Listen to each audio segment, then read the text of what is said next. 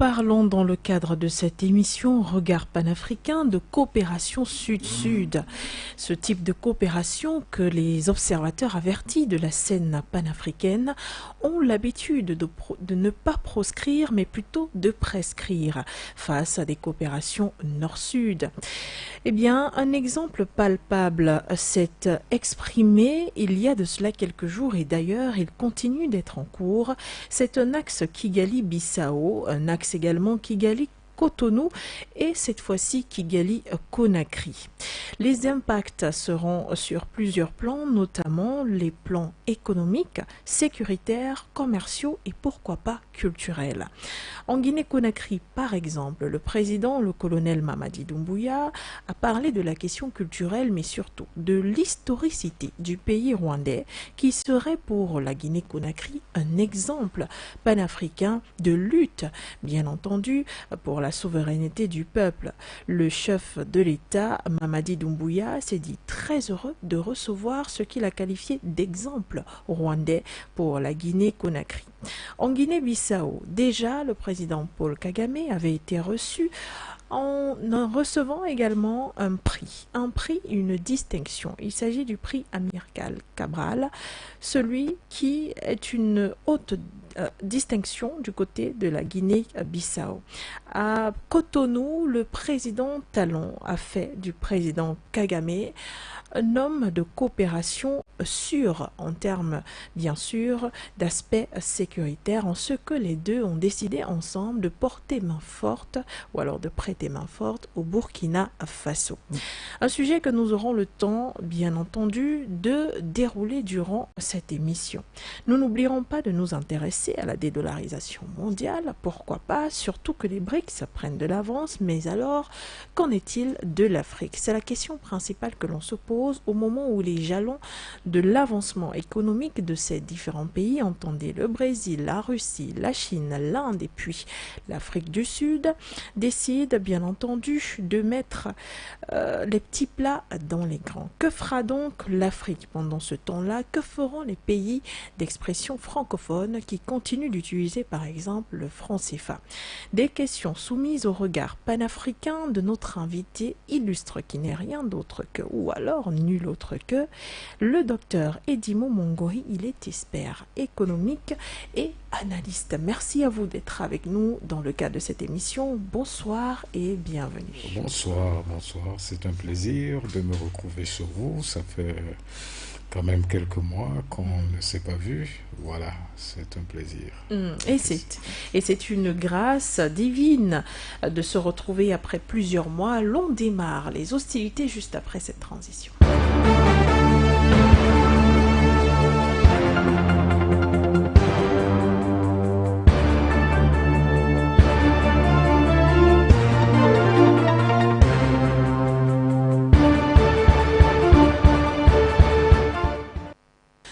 Merci à tous de nous regarder sur nos différentes plateformes internet For You Media Africa, Facebook et YouTube, de nous recevoir également sur notre radio 96.3 FM et via notre application For You Media. C'est un plaisir de vous retrouver à nouveau dans ce nouveau cadre de l'émission Regard panafricain. Docteur Edimo Mongori, vous êtes notre invité. Avec vous, nous reparlons de la coopération sud-sud. Lorsqu'on dévoile les axes comme Kigali-Bissau, Kigali-Cotonou et puis Kigali-Conakry, qu'est-ce que cela vous inspire sur le plan économique en termes d'analyse lorsqu'on sait que les différents pays africains partagent les mêmes ressources et n'ont peut-être pas grand-chose à innover sur le plan commercial entre eux? Eh bien, écoutez, c'est quelque chose qui vient à point nommé. Aujourd'hui, où nous sommes en train de construire sur le continent une zone de libre-échange, naturellement, qui est une initiative soutenue en tout premier par le président Kagame, qui en fait, sous son mandat comme président de l'Union africaine, a lancé ce projet. Nous voyons qu'on met en place des prémices pour un modèle de développement qui est connu dans tout le monde, En fait, c'est bien de le rappeler, tous les pays du monde qui avancent vite sont en fait des zones de libre-échange, que ce soit la Chine, que ce soit les États-Unis ou tout le reste. Voilà, pour revenir donc sur la coopération Sud-Sud, elle donne déjà l'occasion aux uns et aux autres de s'échanger. C'est des pays qui n'ont pas forcément la même contexture économique, c'est-à-dire certains sont dans une zone totalement équatoriale comme le Rwanda. Conakry, ce n'est pas totalement ça. Voilà, il y a certainement des biens qui peuvent être interchangés entre ces différents pays. Pour les producteurs des différents pays, il est surtout intéressant d'avoir accès à des marchés étrangers, ce qui est en fait un espace d'entraînement pour moi avant la mise en place totale de la zone de libre-échange. L'avantage étant naturellement que toutes les entreprises qui seront impliquées dans ces multiples transactions auront certainement des possibilités d'exploiter des économies d'échelle et d'exploiter également les économies d'agglomération parce que toutes ces villes, tous ces pays sont marqués par une urbanisation galopante, donc un flux important d'échanges, mais un flux important également de populations jeunes qui s'installent et qui ont une propension extrêmement forte à consommer. Voilà, donc au total, je crois que je vais également saluer le Rwanda pour cette initiative. C'est ce qu'il nous faut souvent faire aujourd'hui avec la dérégulation des chaînes d'approvisionnement et des chaînes logistiques. Nous constatons qu'il est de plus en plus difficile d'importer de l'Occident, d'importer de l'Europe. Aujourd'hui, voilà pourquoi est-ce que le manioc qui vient du Rwanda ne pourrait pas être présenté du côté de Conakry pourquoi être associé à la fabrication du pain ou de ceci et cela. Bon, je crois que c'est certainement des modèles qu'il faut développer aujourd'hui. C'est une opportunité pour nous. Entre autres, sans doute beaucoup de gens l'ont déjà remarqué, que la guerre qui se passe de l'autre côté du monde, qui est naturellement quelque chose de Christ, pour nous aussi, peut être aussi, au moins pour quelque temps, une opportunité pour mettre en place des politiques publiques beaucoup plus véloces, beaucoup plus réalistes, tendant à relancer les productions locales pour la consommation locale et les excédents, et peut-être que c'est ça le cas dans ces modèles de coopération, les excédents de production locale peuvent donc être exportés vers des pays plus ou moins voisins, en tout cas des pays africains qui, avec des coûts de transport qui ne sont pas si élevés parce que l'effet distance joue quand même de manière significative lorsqu'on échange à l'intérieur du continent.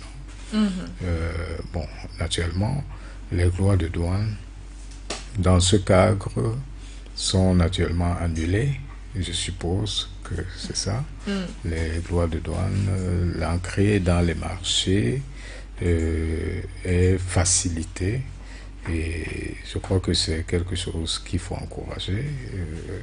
C'est ce qui a fait le bonheur des autres jusqu'ici. Merci, docteur Edimo Mongori. Alors, ces différentes coopérations, cette coopération que l'on veut bien louer aujourd'hui, appelée coopération Sud-Sud, cette entraide entre les différents pays africains est suffisamment saluée, mais qu'est-ce qu'elle peut rapporter de plus à l'Afrique que des partenariats économiques et commerciaux, par exemple, avec les pays occidentaux, surtout à un moment où l'Afrique estime pouvoir consommer ce qu'elle fabrique ou alors ce dont elle regorge directement.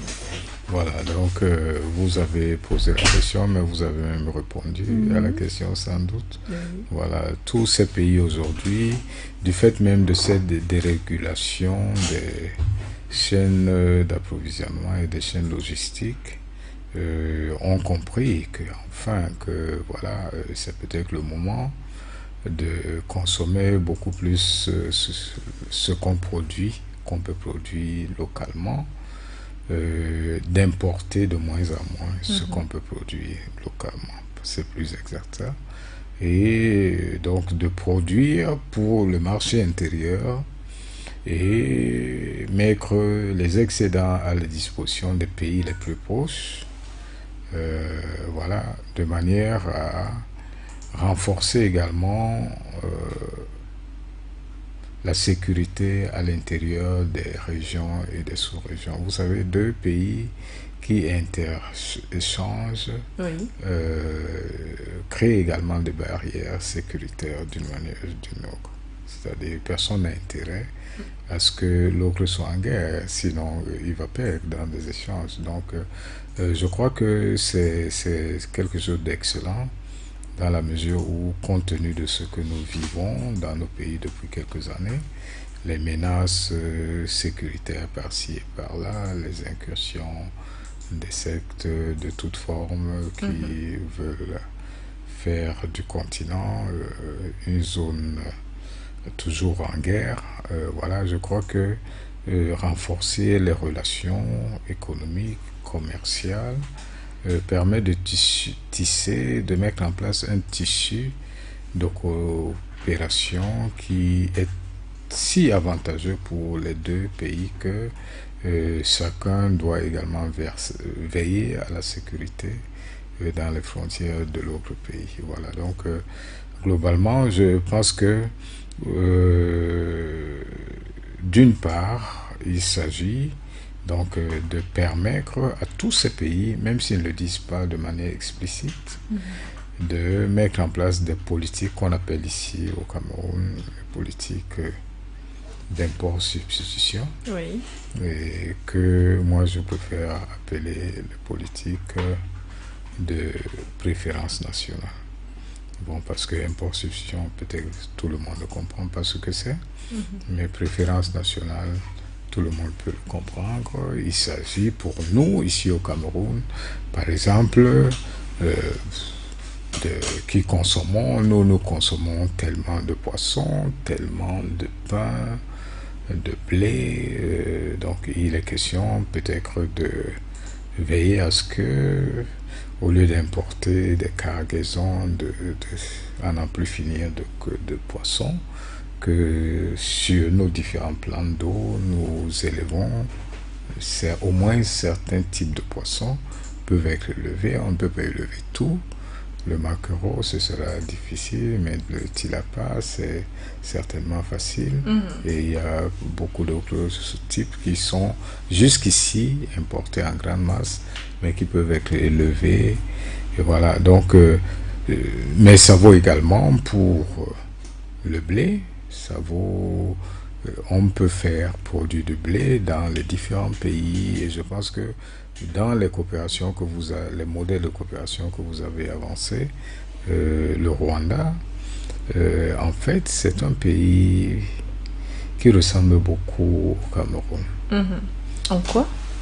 En ceci que c'est le pays au monde qui a en fait réussi depuis des décennies à lancer ce qu'on appelle l'agroforesterie. L'agroforesterie, donc c'est un pays agricole à la base, parce que tout petit, mais installé essentiellement sur des chaînes de montagnes. Il présente à peu près les mêmes caractéristiques géographiques et agricoles que l'ouest ou le sud-ouest ou le nord-ouest du Cameroun. Donc c'est la forêt, mais une forêt où on peut produire de manière intensive beaucoup de choses en même temps, sur le même terroir. C'est-à-dire pas seulement une grande superficie de maïs, non, mais plutôt une production, ce qu'on appelle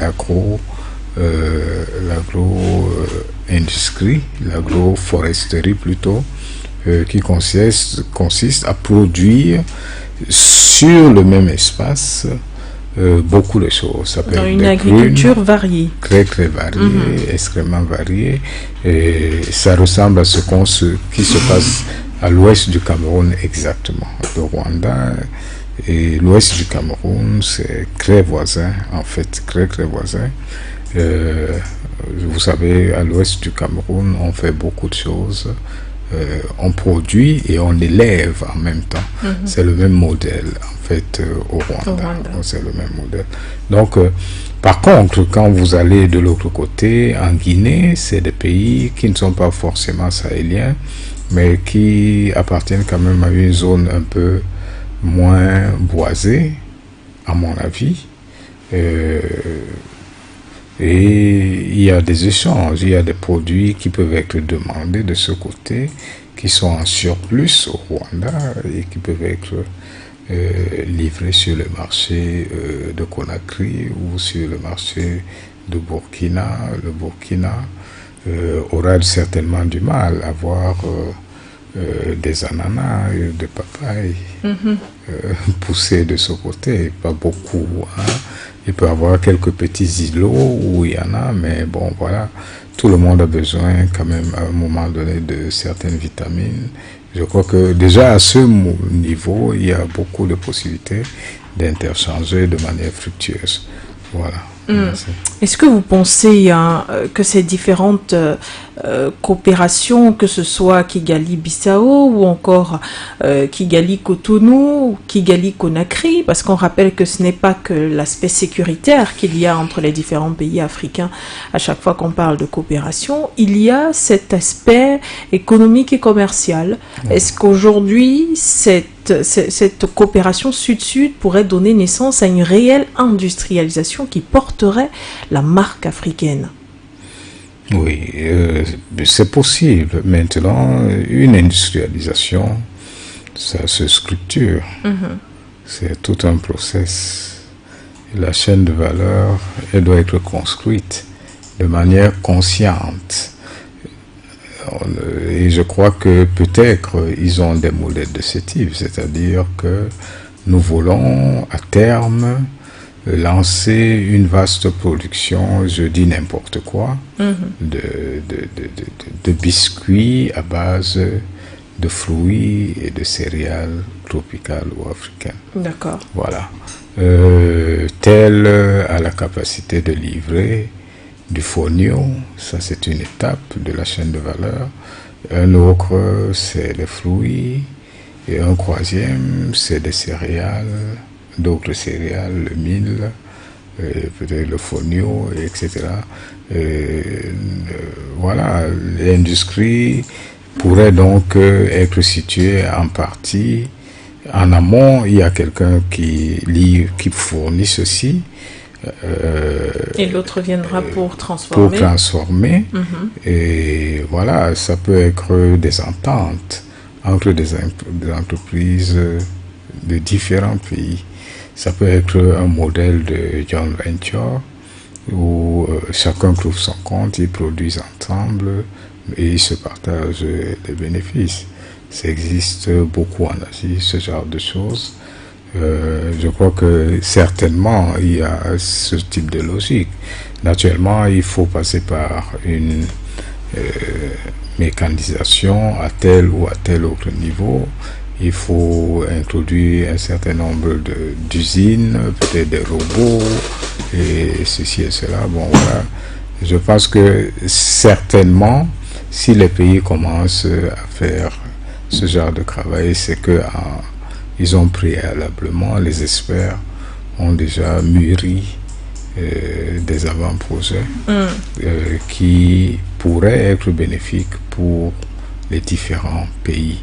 Et je reviens là-dessus et peut-être préparer les uns aux autres, les unes et les autres de ces entreprises à une coopération dans le cadre de la zone de libre-échange africaine. Parce qu'en fait, il faut rappeler aussi que ces pays sont des pays en général plus petits.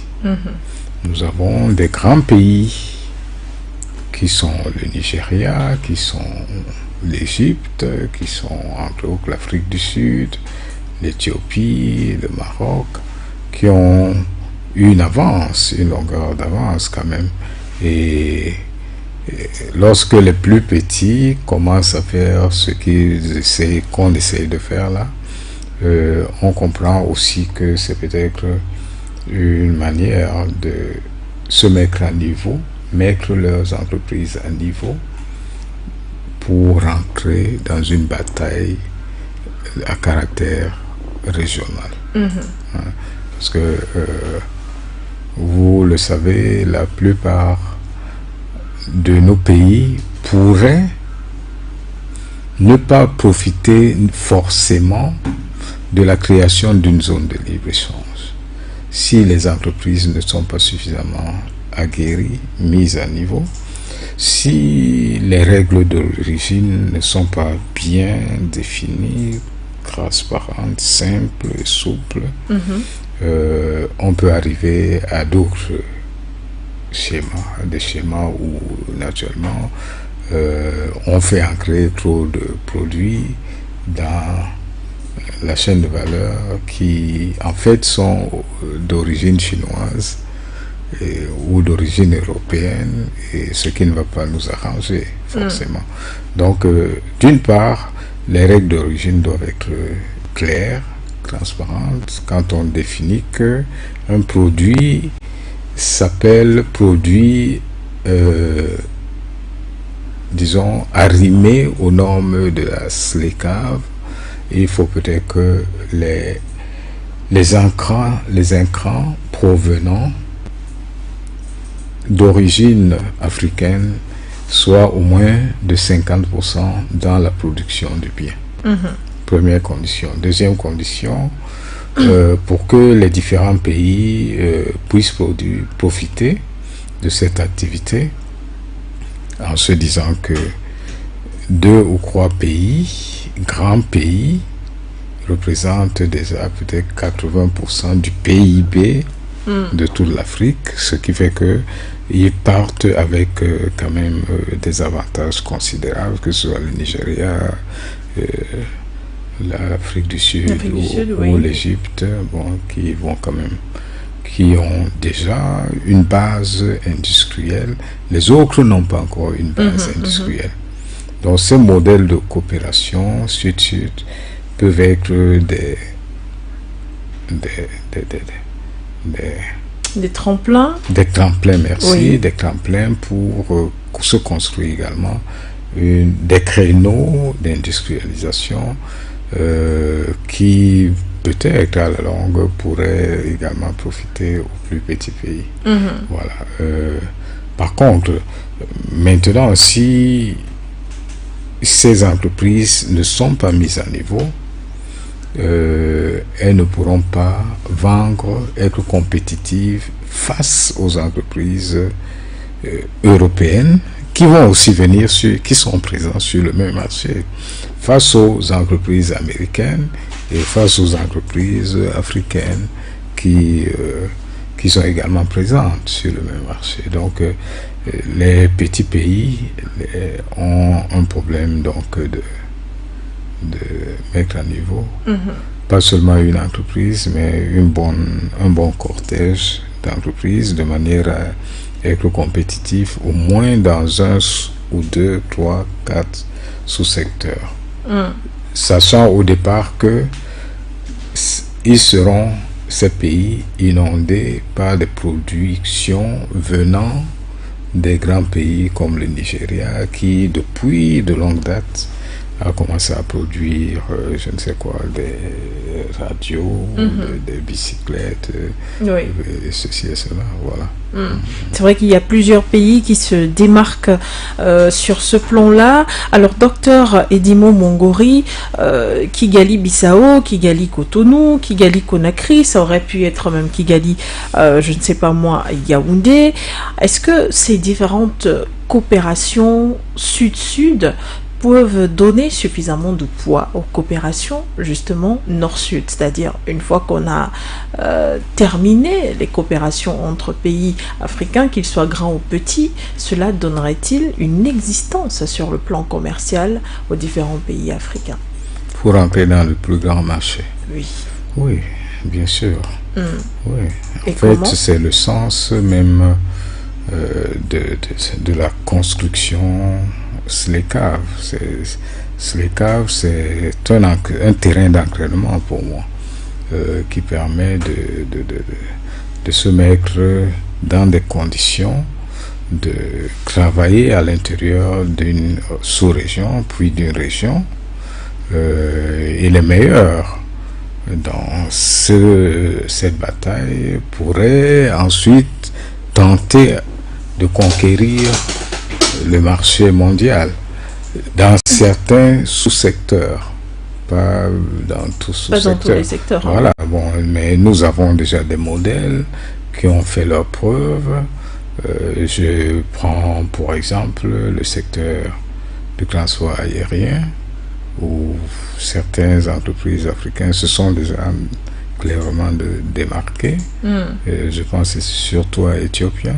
Oui. Ethiopian Airlines, qui aujourd'hui peut se frotter à toute autre entreprise du transport aérien, du contenu, du volume, de la masse critique de la flotte, qui va quand même au-delà de 100, près de 200 aéronefs, des modèles d'aviation qui sont au même niveau que ceux présentés par les plus grands pays du monde.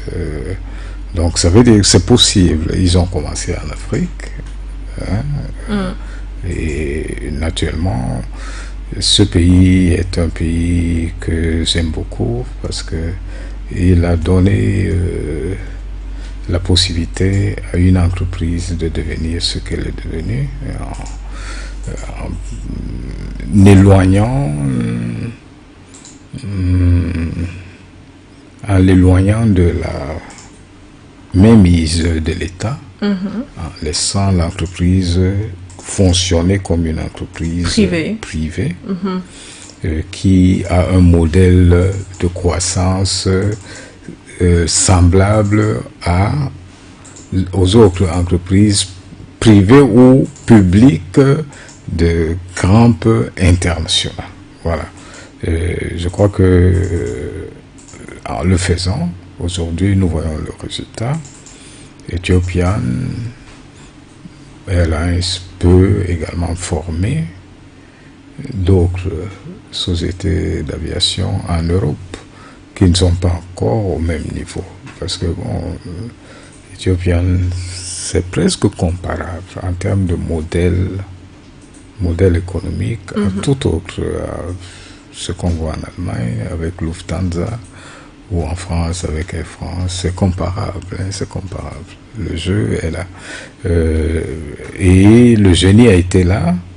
Le génie a consisté à comprendre que l'Afrique, au départ, n'a pas toujours tous les moyens financiers pour créer des réseaux ferroviaires, des réseaux routiers suffisamment compacts, mais qu'il est beaucoup moins coûteux de se transporter dans le domaine aérien et de faire du travail à ce niveau. Voilà.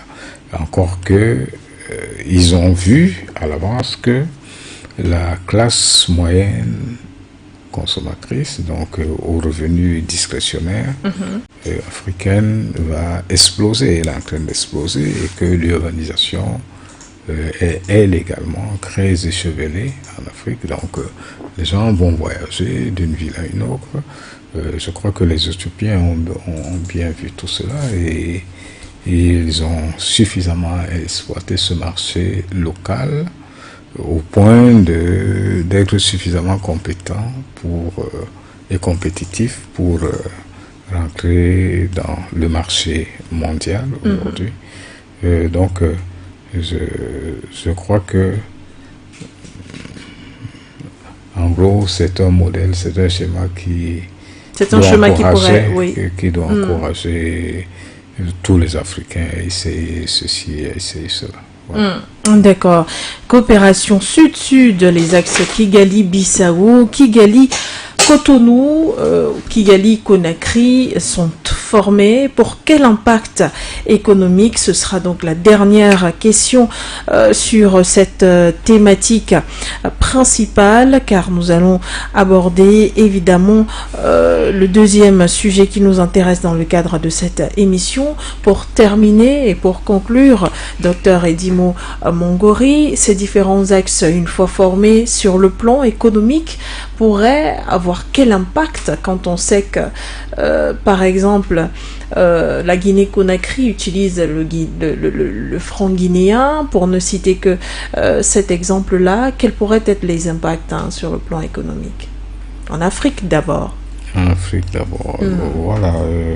Bon, déjà au niveau de la production, c'est quelque chose qui va relancer la production, forcément. Au niveau des entreprises, c'est une opportunité de percer de nouveaux marchés, d'améliorer son modèle de croissance, une opportunité de mettre l'entreprise à niveau, à tous les niveaux, à tous les plans, sur tous les plans. Voilà, mais je pense que globalement, c'est aussi bénéfique, surtout parce que ça permet au pays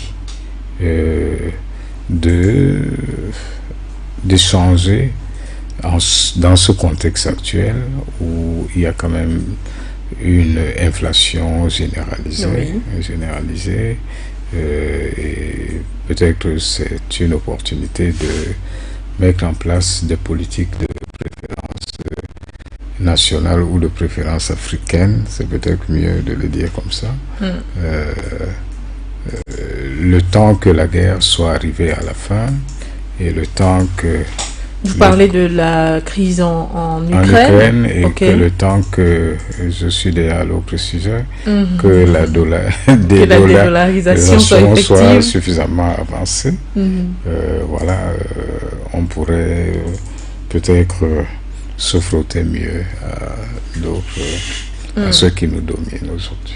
Oui, on parle de cette dédollarisation justement qui pourrait être en marche dans le monde. Le dollar pourrait perdre de sa puissance mondiale face aux différentes tractations des BRICS, entendez le Brésil, la Russie, l'Inde, la Chine et puis l'Afrique du Sud. Pourrait-on dire que les BRICS prennent de l'avance en ce qui concerne justement cette batterie d'actions mises en place pour la dédollarisation, peut-être en rappelant également que plusieurs autres pays aujourd'hui se démarquent sur le plan économique en termes de grande puissance et semblent se rallier à ces différents BRICS. On peut citer l'Arabie Saoudite, l'Iran, l'Indonésie par exemple. Mais écoutez, la dédollarisation, comme vous l'appelez, c'est un long processus, et c'est un vieux processus qui est en marche en fait. Pas depuis 2022, avec la guerre en Ukraine, non. Mais depuis 20 ans, 20 ans à l'avance, on a déjà constaté une décomposition des rapports de force traditionnels au plan économique. principalement depuis 91, 1991, 1992, on a constaté de manière assez nette que les pays de l'Occident sont rentrés dans une trajectoire de déclin et qu'ils ont commencé à peser de moins en moins dans l'échiquier mondial. C'est bien de rappeler aux uns aux autres qu'en 1990, précisément, les pays de l'OCDE, c'est comme ça qu'on les appelle, dont les pays les plus industrialisés du monde, représentaient exactement 64% du PIB mondial exprimé en parité de pouvoir d'achat. 64%, donc presque 65%, ça veut dire 2 tiers pratiquement de la richesse du monde était concentrée entre les mains des pays de l'OCDE. Maintenant, quand vous allez 20 ans plus tard, 30 ans plus tard, en 2020, nous sommes bien obligé de constater qu'on passe de 64-65% à 36%. À 36%. Une dégringolade alors? De presque moitié. Oui. De moitié presque. En termes de contribution au PIB mondial. Et à cette même époque, et ça il faut voir ces évolutions de manière comparative. En 90, les États-Unis, le pays de l'oncle Sam, comme l'appellent les autres, représentaient quand même 22% de la richesse du monde. Oui. Et à cette même année, la Chine pesait à peu près 2%. 22%, 2%. 2%, oui. Maintenant, 30 ans plus tard, la Chine a multiplié son PIB, son revenu par tête d'habitant, par 25. Et donc se retrouve autour de 2016, nez à nez, en termes de PIB global, avec les États-Unis, qui eux ont multiplié aussi leur revenu par tête, par 10, mais pas en 3 décennies, en 2 siècles. Oui. 2 siècles. L'un multiplie son PIB par 25 en 30 ans.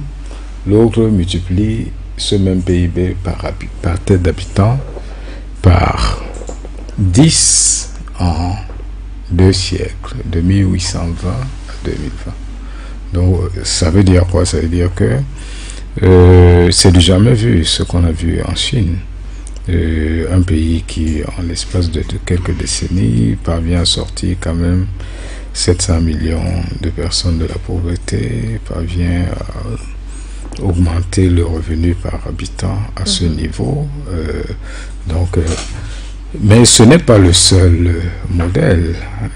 On a vu des exemples, pas comparables, mais quand même aussi impressionnants au Brésil. Oui. Et même en Inde, l'Inde qui était un pays totalement pauvre, mais cette Inde-là, c'est vrai, le PIB par tête de l'Indien représente toujours 1/10 aujourd'hui du PIB par tête de l'Amérique, et celui du Chinois représente un peu au-dessus du quart du PIB d'un Américain, plutôt du revenu d'un Américain. Donc le Chinois reste pauvre par rapport à l'Américain, mais pas trop pauvre. Donc de 20, le quart du revenu.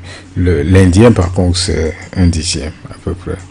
Cependant, les prévisions concordantes voudraient nous dire ceci. En 2030, je suis là dans 8 ans, en 2030, sur les 5 grandes puissances économiques du monde, 4 sur les 5 seront situés dans la ceinture du Pacifique. Notamment la Chine comme première, qui va dévancer en termes de PIB normalement. D'après toutes les prévisions, les États-Unis d'à peu près 30 à 40% de PIB évalué en parité de pouvoir d'achat. Et ensuite viendra dans les États-Unis, qui seront le seul pays occidental qui figurera parmi les 5 premiers. Et le troisième, c'est l'Inde, qui pourrait talonner en termes de PIB global les États-Unis en 2030. En termes de PIB global, l'Inde pourrait talonner, soit avoir à peu près 22 000 trillions de dollars, presque comme les États-Unis, qui seront peut-être à 25 000. Voilà. Maintenant, en quatrième position, ne viendra d'ailleurs pas le Japon, mais plutôt l'Indonésie, puis le Japon, et quand tu vas plus loin, tu verras donc la Russie, d'après ses prévisions. La Russie, l'Allemagne, et après, c'est en Amérique latine, d'après toutes les prévisions, c'est le Brésil, et c'est le Mexique.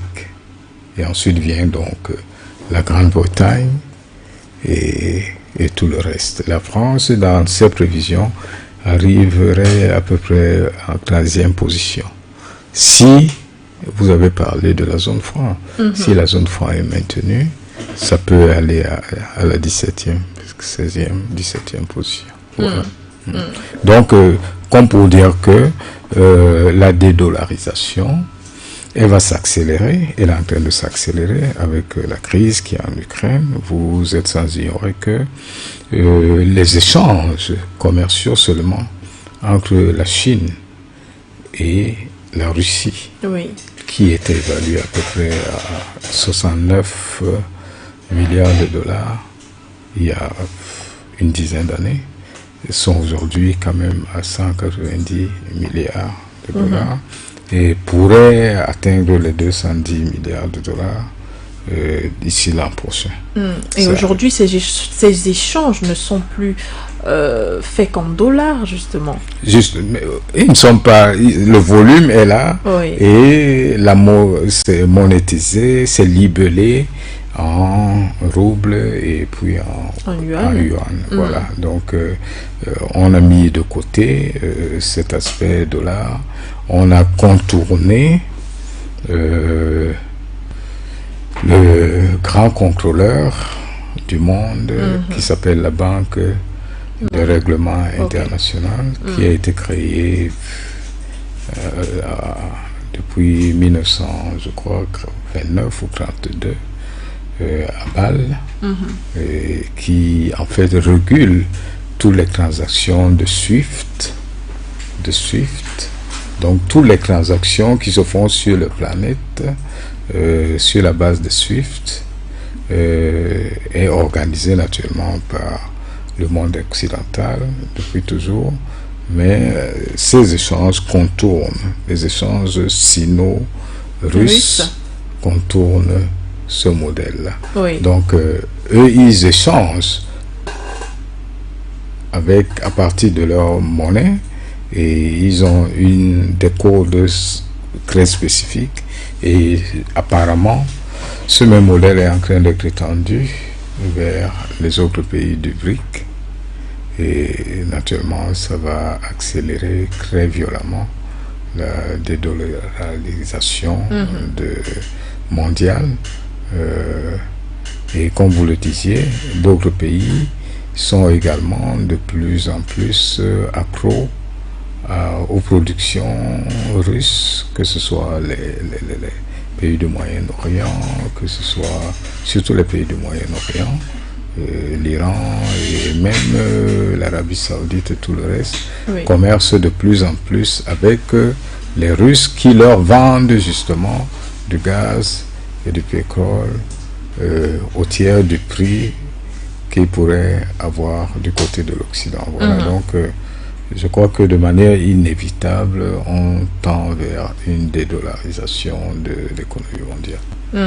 Merci docteur Edimo Mongori. Alors on parle de ces fameux BRICS qui prennent de l'avance, et pourquoi on en parle? C'est parce que une monnaie commune justement a été annoncée, ou du moins un projet de création d'une monnaie commune a été annoncé par les différents pays qui forment ce groupuscule-là, avec peut-être dans les jours à venir la venue de plusieurs autres pays qui se démarquent également sur le plan économique. Docteur Mongori, on peut parler d'avance dans cette lancée-là, mais la question qu'on a envie de se poser principalement, c'est qu'en sera-t-il de l'Afrique alors à l'intérieur de ces tractations, au milieu de ces projets, au milieu de ces innovations, je dirais même au milieu de cette révolution peut-être économique?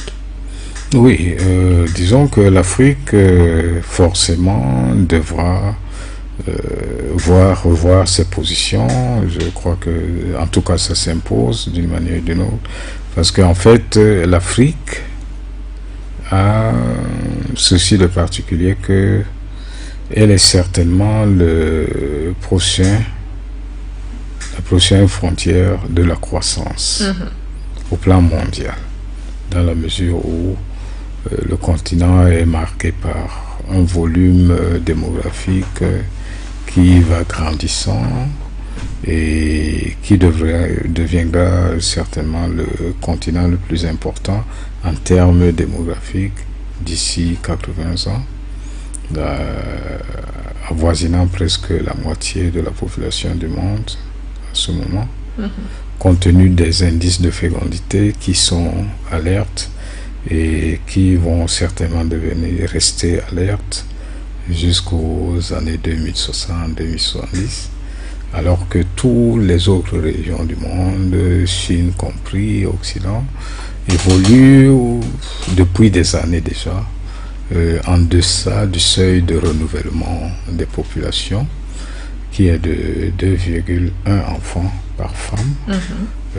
La plupart de ces pays donc sont ancrés dans ce que les géographes appellent la transition démographique. Ça veut dire un régime démographique qui est marqué par un vieillissement croissant de la population et une pyramide des âges qui est naturellement un peu anachronique, avec 80% de vieux et 20% de jeunes en moyenne, ce qui est l'inverse de l'Afrique. Donc l'Afrique est donc ce grand marché, pas un méga mais un giga marché,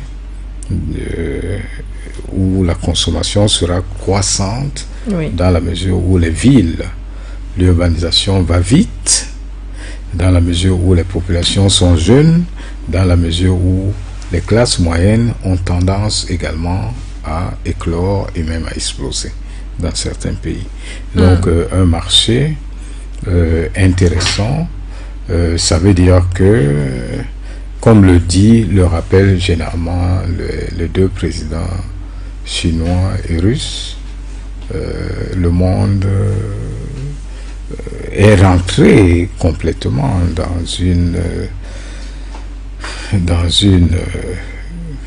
structuration totalement multipolaire, et l'un des pôles importants, et ça c'est ce qu'il souligne toujours, c'est le pôle Afrique.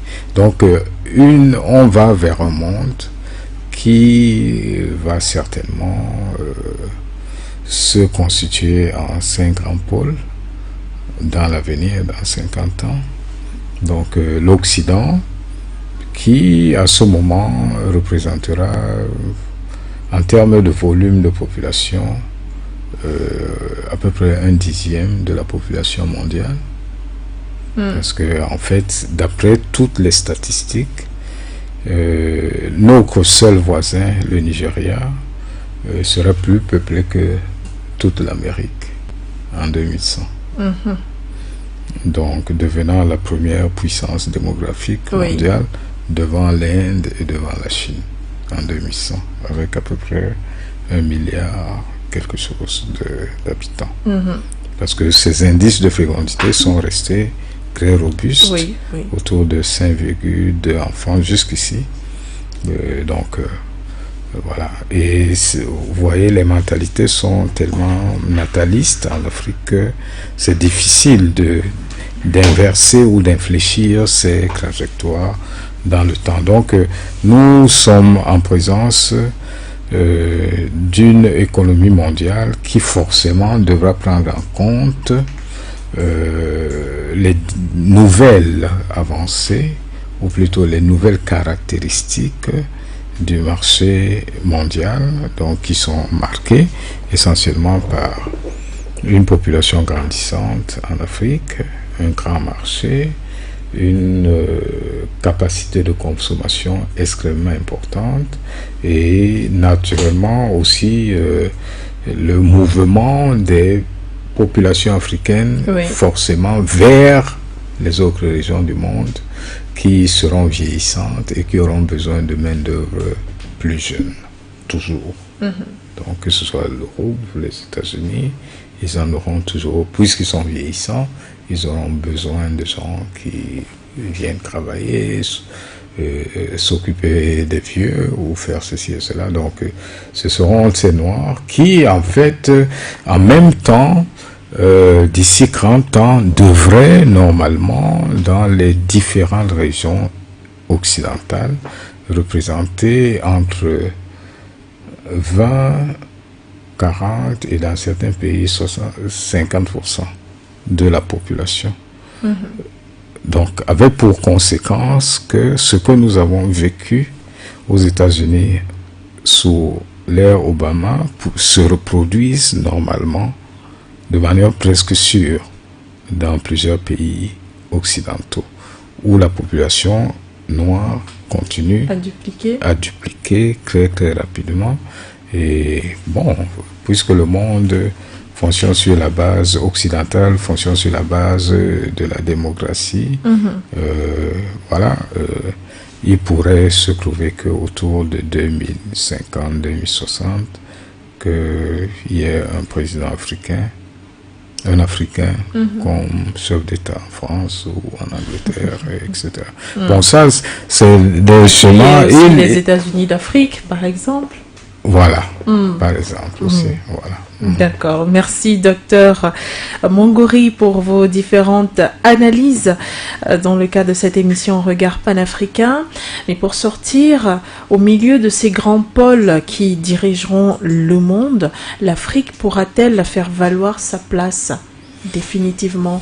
On parle d'une Afrique qui aujourd'hui souffre de sous-industrialisation, d'une Afrique qui aujourd'hui souffre, à part cette sous-industrialisation, par exemple, de la non-souveraineté monétaire, par exemple, pour ce qui est du cas des pays de la zone francophone. On parle d'une Afrique qui n'a peut-être pas compris cette coopération sud-sud et qui est très attachée à cette coopération nord-sud, dont on parlait tout à l'heure en rappelant les axes qui se forment actuellement. Est-ce qu'elle pourra faire valoir sa place au milieu de ces pôles ? Déjà, vous la voyez, l'Afrique, quand même, au milieu de ces pôles dirigeants. Oui, forcément, elle s'impose. En fait, disons que on s'enrichit essentiellement, tous les pays du monde s'enrichissent en exploitant les économies d'échelle et en exploitant les économies d'agglomération. Je m'explique, toute entreprise s'intéresse à venir là où il y a de la population, des consommateurs. Voilà. Donc la question de fond est de savoir est-ce que les pays africains auront mis en place suffisamment d'entreprises qui peuvent profiter de cette évolution, de cette densification démographique, de cette concentration économique? Est-ce que ce ne seront pas à nouveau des entreprises occidentales ou des entreprises venant de l'Afrique, mais des grands pays africains qui profiteraient de cette évolution d'ensemble? Voilà, donc, mais je crois que globalement, nous sommes conscients, tout le monde est conscient de ce qui va arriver et on prend déjà des dispositions Pour ce qui est de la monnaie, pour la zone CFA, je crois que c'est déjà tout à fait connu que cette zone CFA profite essentiellement à la France et à l'Europe. Les statistiques sont très parlantes.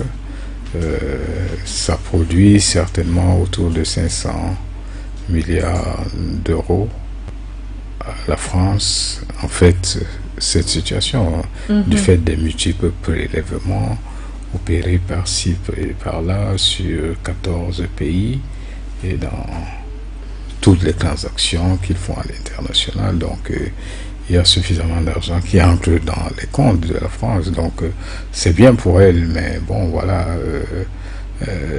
les pays sont également conscients que ce n'est pas nécessairement bien pour eux. Voilà, je crois que cette zone monétaire va certainement mourir, peut-être même de sa propre mort, avec ce que nous voyons se dessiner du côté de l'Afrique de l'Ouest, avec peut-être la mise en place d'une sorte de comment vous appelez ça, de régime politique, de dynamisme, non, une sorte d'union entre les différents États. Oui, entre les 3 États, Burkina Faso, Guinée-Conakry et puis Mali. Et le Mali. Voilà, donc cette sorte de confédération, c'est une confédération qui pourrait naître et qui d'emblée aura certainement son unité monétaire.